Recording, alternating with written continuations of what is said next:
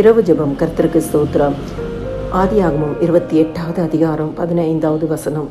நான் உனக்கு சொன்னதை செய்யும் அளவு உன்னை கைவிடுவதில்லை என்றார். கர்த்தர் கொடுத்த நல்ல வார்த்தைகளுக்காய் கர்த்தருக்கு நன்றி செலுத்துவோமாக. எங்களை நேசிக்கிற நல்ல இயேசுவே, இந்த நாளிலும் ஆண்டவரே நீர் எங்களுக்கு செய்த எல்லா உபகாரங்களுக்காய் மக்கள் நாங்கள் நன்றி செலுத்துகிறோம். அறிந்தும் அறியாமலே செய்த இந்த ஒரு பாமாந்தலம் இன்னும் ஒரு விஷயம் ரத்தத்தினால கழுவி பரிசுத்தப்படுத்துங்க. காலைதோறும் கிருபைகள் புதியவைகளாய் இருக்கிறது. புதிய கிருபையினால் ஒவ்வொரு குடும்பங்களையும் நிரப்புங்க இயேசு சுவாமி.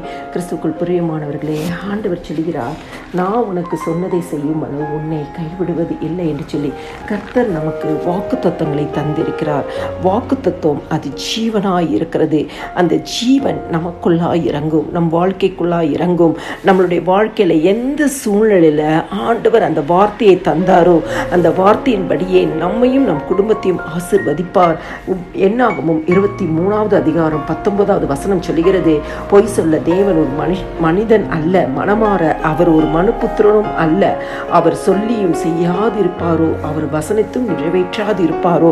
இன்னைக்கு எத்தனையோ வாக்குத்தத்தங்களை தேவன் தந்திருக்கிறார். அந்த வார்த்தைகளை கொண்டு நீங்கள் செபிக்கும் பொழுது நீங்கள் எதிர்பார்த்திருக்கிற நன்மைகள், நீங்கள் எதிர்பார்த்து காத்து கொண்டு இருக்கிற காரியங்கள், உங்களுக்கு அனுகூலமான வாசல்கள், எத்தனை காரில் தடைகள் வந்திருக்கலாம், ஆனால் தடைகளை மாறக்கூடிய அந்த வசனங்கள் கர்த்தர் அதை நீங்கள் அறிக்கை செய்து ஜெபிக்கும் பொழுது கர்த்தர் அதை உங்களுக்கு நிறைவேற்றி தருவார்.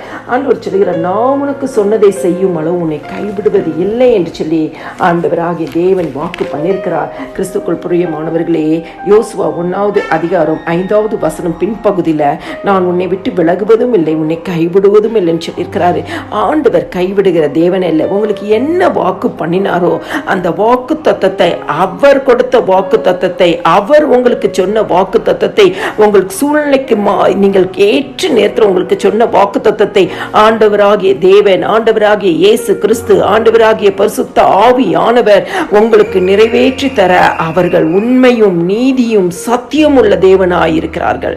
கிறிஸ்துக்குள் பிரியமானவர்களே, நம்முடைய ஆண்டவராகிய இயேசு கிறிஸ்து ஆம் என்றும் ஆமேன் என்றும் பதிலளிக்கிற தேவன், சொன்னதை செய்யும் அளவு உங்களை கைவிடாத தேவன், உங்களுக்கு அவர் சொன்னபடியே செய்து முடிப்பார்.